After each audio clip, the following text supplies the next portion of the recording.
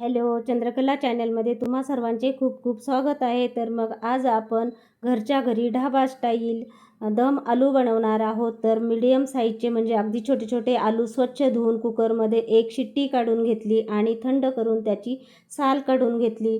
मसाल्यांच्या ग्रेव्हीसाठी 2 टमाटे, 1 कांदा, थोडे खोबऱ्याचे तुकडे, लसूणच्या पाकळ्या, थोडंसं आलं, कोथिंबीर, कढीपत्त्याची पाने तेलात परतून 1 कप पाण्यामध्ये शिजून थंड करून चांगली पेस्ट तयार करून घेतली।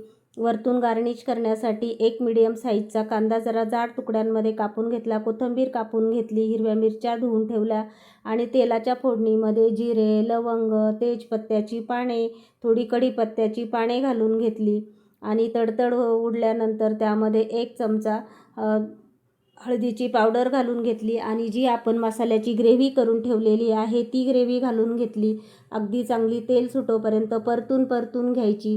ग्रेव्ही चांगली परतल्यानंतर भाजीला चव खूपच छान येते आणि मग ग्रेव्ही परतल्यानंतर 1 चमचा धनेपूड घालून घेतली, चवीप्रमाणे लाल तिखट घालून घेतलं, गरम मसाला घालून घेतला, 1 चमचा किचन किंग मसाला घालून घेतला। किचन किंग मसाल्याने भाजीला खूपच छान चव येते आणि ग्रेव्ही तेल सुटोपर्यंत परतून घेतली। त्यानंतर फ्रेश मलाई 1 चमचा घालून घेतली, मीठ घालून घेतलं आणि ग्रेव्ही चांगली परतून घेतली आणि आता तुमच्या आवडीप्रमाणे म्हणजे तुम्हाला जेवढा पाहिजे असेल त्याप्रमाणे आता त्याला आपण रस्सा करणार आहोत। तर मग त्यासाठी मिक्सरचं भांडं धुवून गरम पाणी घालून घेणार आहोत। तर मग वरतून कसुरी मेथी घालून घेतली। आता गरम पाणी घालून आणि थोडी उकळी काढून घ्यायची आणि त्यानंतर मग आता आपण जे उकडून साल काढून ठेवलेले आलू आहे ते सोडून घ्यायचे आणि झाकण ठेवून मंद आचेवरती जरा शिजून द्यायचं, म्हणजे आलूला आतपर्यंत मसाला जातो आणि मग आलू शिजल्यानंतर वरतून जे आपण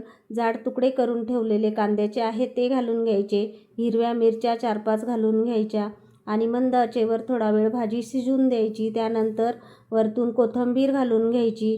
अशा पद्धतीने शाही पनीरसारखी आपली दम आलूची भाजी घरच्या घरी तयार झालेली आहे। तर मग तुम्ही पण अशा पद्धतीने बनवा आणि व्हिडिओ आवडला असेल तर लाईक, शेअर, सबस्क्राईब, कॉमेंट करा। धन्यवाद।